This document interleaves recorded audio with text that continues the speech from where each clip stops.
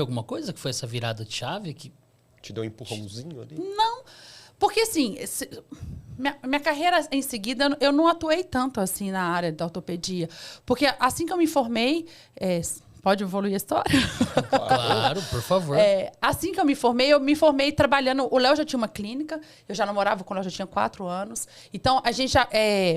no mês da minha formatura, aliás, na semana da minha formatura, foi quando o Léo recebeu a resposta da bolsa, que ele tinha ganhado uma bolsa para fazer doutorado na Austrália. E a gente já tinha... o Léo demorou 2 anos e meio para conseguir essa bolsa, que foi negado, pediu de novo e tal. E a gente sempre brincava um com o outro assim, que ele falava, se eu conseguir, você vai comigo. Só que a gente só namorava. Não, vou. Eu ficava aquele papo, vou.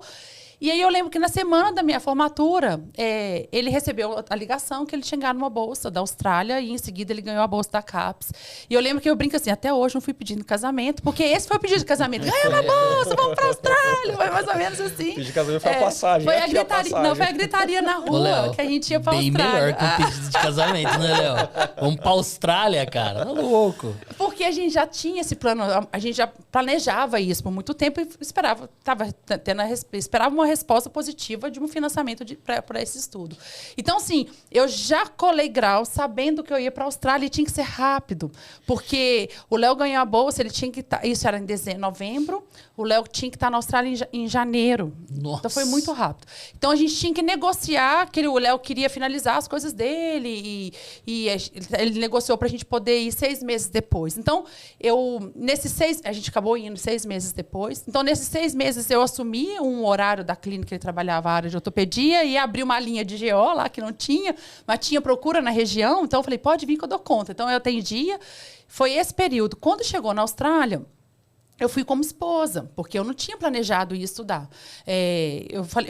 Quando a gente fez o plano, eu falei, eu vou te acompanhar. E meu inglês era zero. E eu falei, eu vou melhorar meu inglês. Então, assim, enquanto você faz o doutorado, se eu conseguir melhorar o inglês nos primeiros anos e tentar, pelo menos, pleitear um mestrado, vai ser maravilhoso. Você volta o doutor e eu volto o mestre, e assim a gente continua a nossa vida aqui no Brasil. E assim a gente foi embora. Quando chegou lá, a sofrência com o inglês, trabalhei de um monte de coisa, fui babá, fui caixa de supermercado, trabalhei em site de namoro, tudo para tentar melhorar esse inglês e nada dava certo. E muito frustrada, porque... Eu não estava esperando essa última informação. Eu trabalhei em site de date, meu papel era aprovar o perfil. Eu ficava aprovando... A Lu que fazia match na época, era a Lu que... Era isso, mais ou menos. Eu aprovava quem podia entrar na plataforma. Mas foi uma luta, porque eu custei aceitar trabalhar. Foi muito engraçado, assim, porque eu fui com a ideia assim, eu tenho que melhorar meu inglês. E do inglês eu quero pleitear uma vaga de mestrado. E o pessoal da universidade, como eu era esposa do Léo, todo mundo sabia, assim, a Lu, assim que melhorar o inglês, ela vai tentar uma bolsa de mestrado aqui com a gente. Só que eu ficava só estudando inglês. O dia inteiro em casa, protegidinha, e ia para o curso de inglês, cada 6 horas.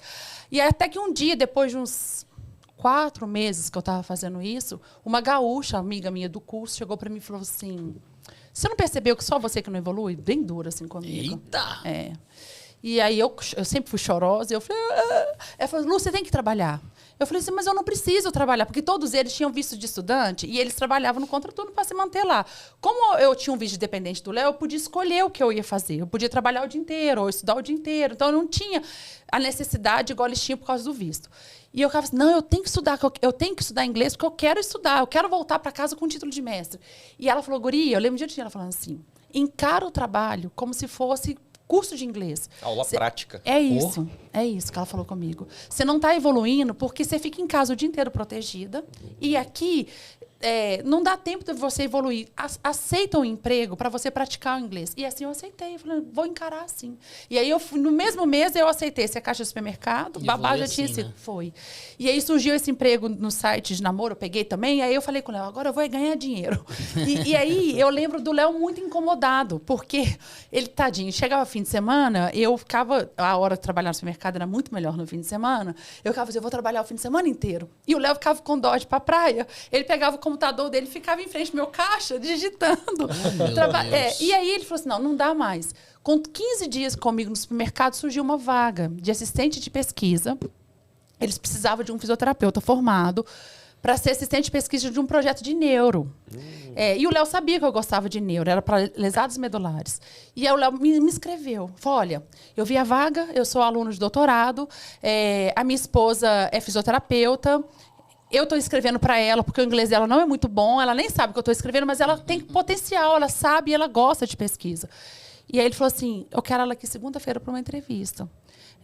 Quando ele me contou, eu quase matei, porque eu não conseguia falar inglês. Eu não podia ir, porque era meu primeiro ou segundo dia de treinamento lá no site de namoro. E eu estava lá presencial nesse dia. E eu lembro que eles fizeram uma reunião comigo em call, né? Colocaram aqueles microfoninhos na época assim. E eu lembro que só tinha cada pesquisador grande na sala, eu não tinha noção disso, fazendo a minha entrevista, e eu não compareci. E aí eles insistiram na ligação, eu atendi com aquele inglês macarrônico, eu não conseguia falar, suava tal. E neguei a proposta. Eu falei, não quero, não vou dar conta, deixa eu melhorar meu inglês, eu quero depois.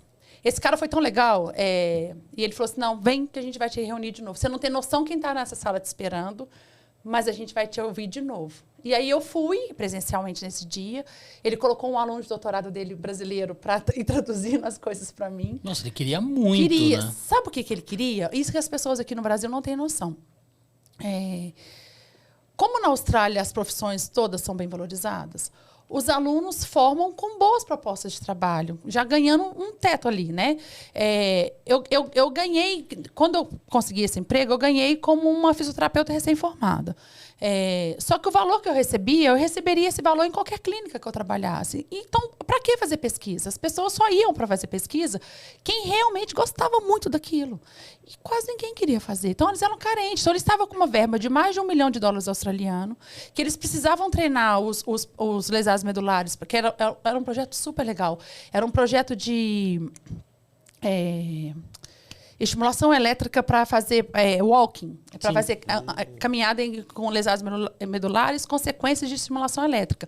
Então, meu papel é preparar essas pernas. Então, eu fazia fortalecimento com estimulação elétrica durante todo o ano, para que eles conseguissem fazer o programa de walking mesmo, da caminhada lá na esteira. E eles precisavam de gente. E tinha que ser alguém que gostava de pesquisa, porque quem faz pesquisa tem que ser zeloso com dados, zeloso com os pacientes. Então, assim, eles acreditavam muito mais no meu potencial de gostar disso do que a língua. Ele falou assim, o inglês você vai aprender aqui, não precisa do inglês. Eu te treino, você é físio, e dá 2 meses eu tenho certeza que você está falando com meus pacientes. E foi o que aconteceu. Eu passei na vaga. Então, assim, essa história toda foi contar. Eu atuei como fisioterapeuta ortopédica.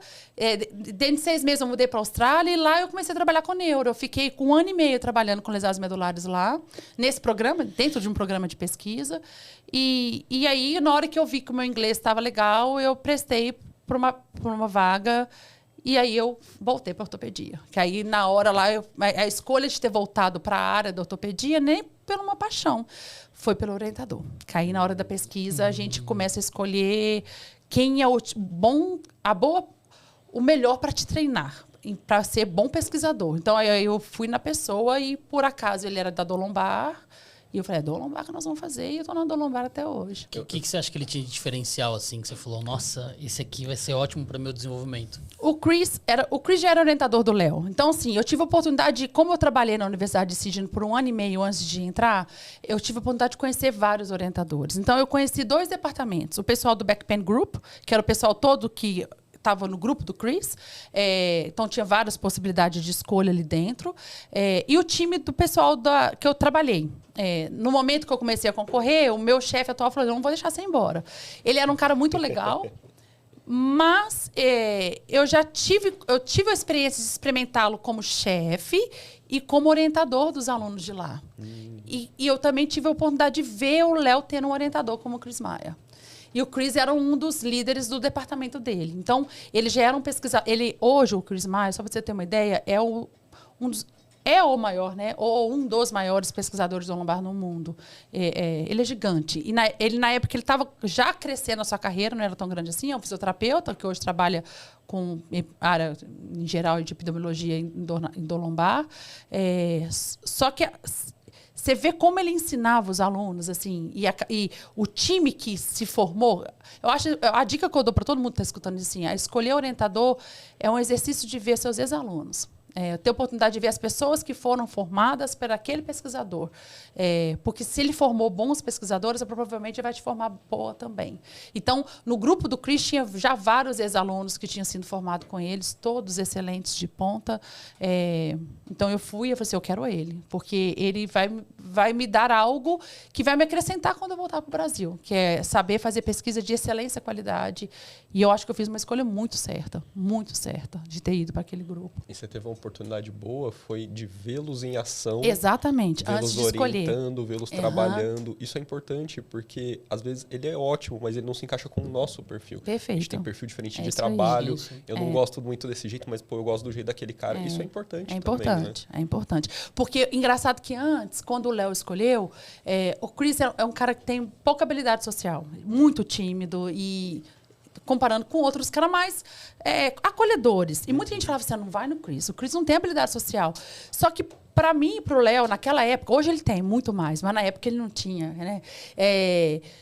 Isso não fazia diferença, que comigo ele sempre foi muito carinhoso. E o Chris, eu sou muito grata a ele. Ele abriu muitas portas para mim, porque ele sabia que desde o dia que eu pisei na Austrália eu queria fazer algo em pesquisa. Então, ele ficava de olho em mim. Então, toda vez que eu passava no departamento, ele falava assim, como está o inglês? Já fez a prova do IELTS?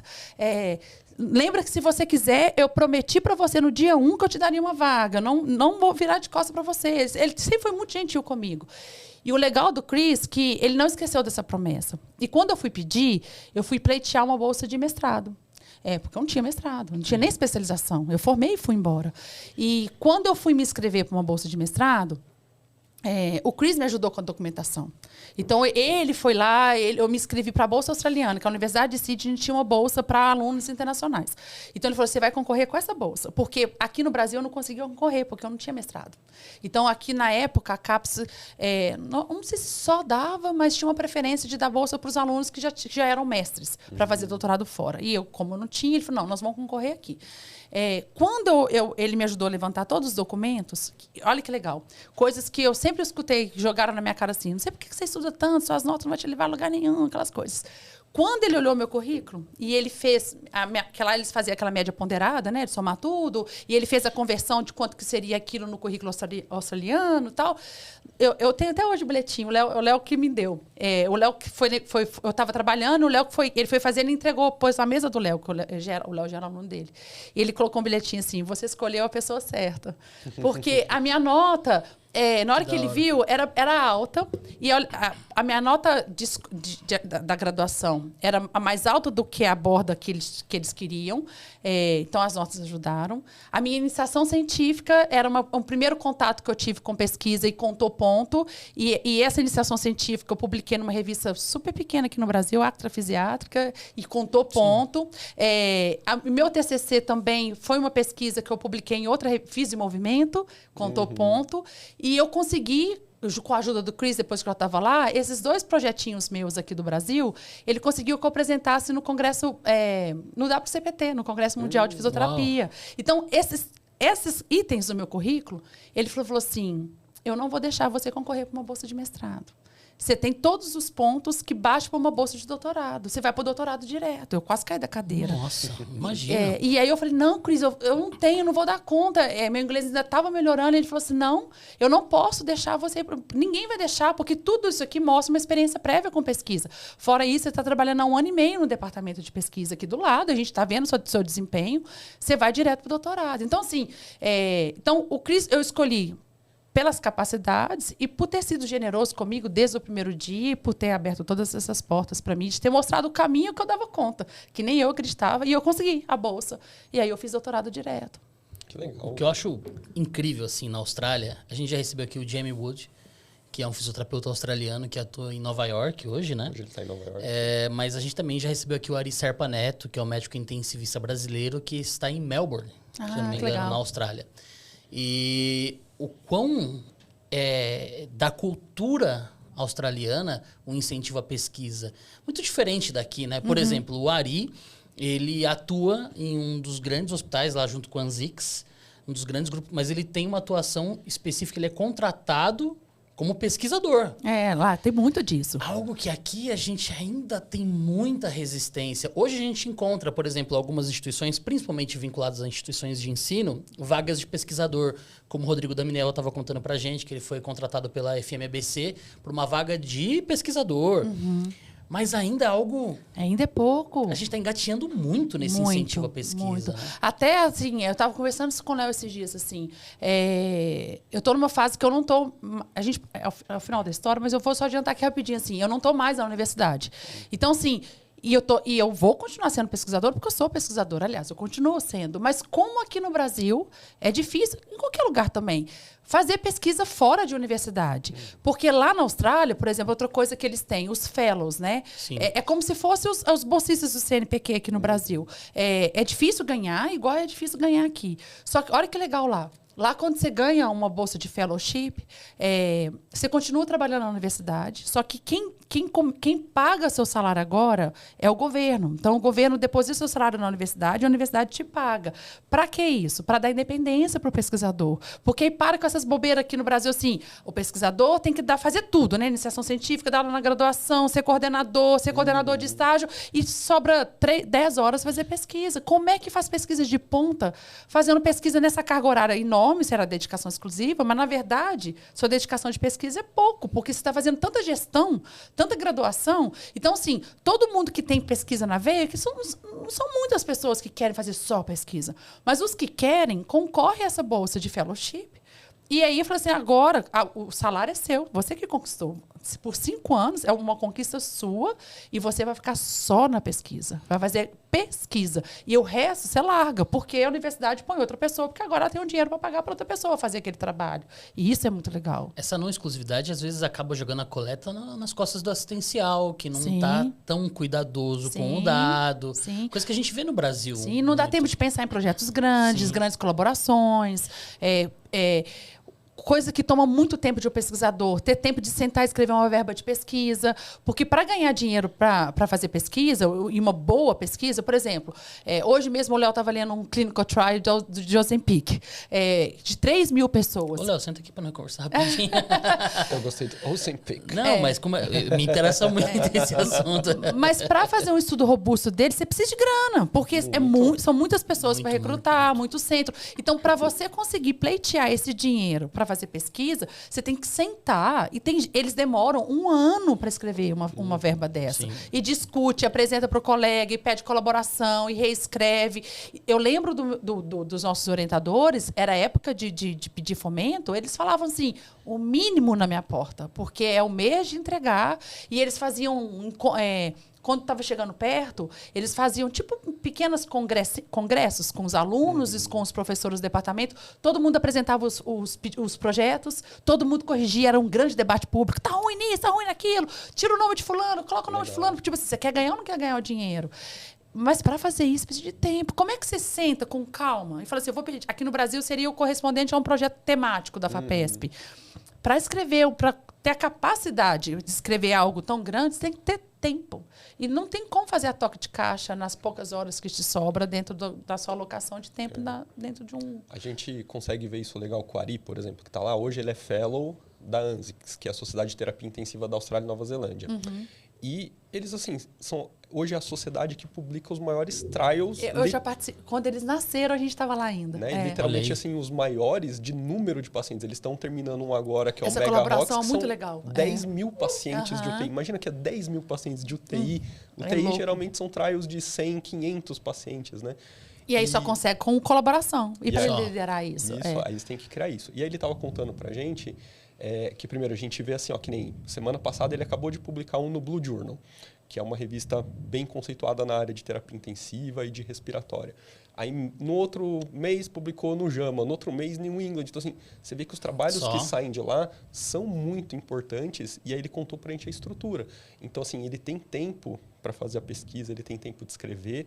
Eles têm uma estrutura onde tem a parte dos bibliotecários que dão suporte para ele, a parte da estatística que dá suporte para ele. Exatamente assim. Então, é uma equipe. Também ele estava falando, né? Isso. Então, assim, não é ir lá e fazer de qualquer forma, sem tempo, correria. É tudo muito bem pensado para produzir realmente uma informação informação de qualidade ali para ser publicado bem. E aí a cascata, ela não é sorte depois, né? Porque foi tão bem planejado e tão bem estruturado que depois os frutos daquele projeto, quem colhe é a própria universidade. Então, olha, tem consequência para o próprio local, né? Porque na hora que começa a sair publicações na JAMA, publicações no New England Journal, na Lancet, a universidade cai né? O trabalho da Universidade de Sydney, o trabalho da Universidade de Melbourne, né? Olha o nome da universidade de forma internacional. E isso é muito legal. Então, assim, tem que ter tempo para fazer coisa de qualidade. Qualidade demanda tempo. Então, e isso foi um dos maiores aprendizados que a gente teve na Austrália, de poder ver essa estrutura. Falar que a gente não tem aqui no Brasil, talvez tenha. Eu não tive a oportunidade de trabalhar no nível tão intenso igual tem lá, com tanta estrutura. Mas, né? Um dia a gente vai chegar lá. Assim esperamos, né? Esperamos. Eu acho que é uma questão de mudança cultural, né? Sim, Inicialmente, o pesquisador no Brasil, ele é sobrecarregado com múltiplas funções, como você mesma disse. Então, acho que essa precisa não que ter uma lá virada... não seja. Lá também Sim. é. Mas lá te dá a chance de você poder escolher, né, com os próprios fellows. Aqui o nosso fellow é a bolsa do CNPq. Mas o valor que a gente recebe na bolsa não é o valor... né? Não é uma tranquilidade. Não é um salário, né? Então, assim, é só uma bolsa. Então, não dá para substituir igual é lá. Então... E acho até como a gente vê culturalmente, a gente fala assim, é uma bolsa. Quando fala uma bolsa, não parece que é um salário. Não parece que é um trabalho que está sendo feito para você receber um salário. A gente tem até uma coisa cultural assim envolvida, né? Que até a população a gente vê que não tem um letramento científico grande, então talvez não entenda todo o processo e a importância. Então, acho que ainda uma série de passos, né, a gente precisa percorrer ainda, né? Eu não sei como que é culturalmente da população de lá, né? Como que eles enxergam tudo isso, mas aqui a gente vê que falta um pouco, né, desse apoio. Mas o que eu falo assim, cada lugar tem os seus problemas, né? O meu? Não. O legal lá tem uma estrutura legal. Eu acho que no Brasil deve ter algumas instituições públicas que devem ter uma estrutura legal sim também. Qual que é o grande problema da Austrália? Carência de pessoas. Poucas pessoas querem fazer pesquisa lá. Porque aqueles motivos que eu falei, que logo eles já saem bem remunerados, conseguem se colocar no mercado de trabalho com uma certa facilidade, com uma certa recompensa financeira bem rápido. Então, só vai para a pesquisa quem tem vontade mesmo, e são poucos. Aqui no Brasil, por muitos anos, eu vi, talvez eu fui uma delas, que talvez olhou para ir para a área de docência ou para a área de pesquisa, até porque há 20 anos atrás eram trabalhos bem remunerados.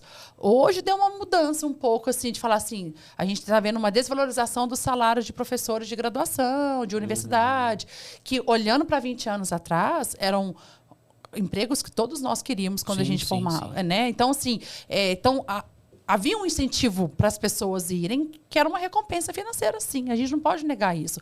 Então, lá na Austrália, qual que é o grande problema?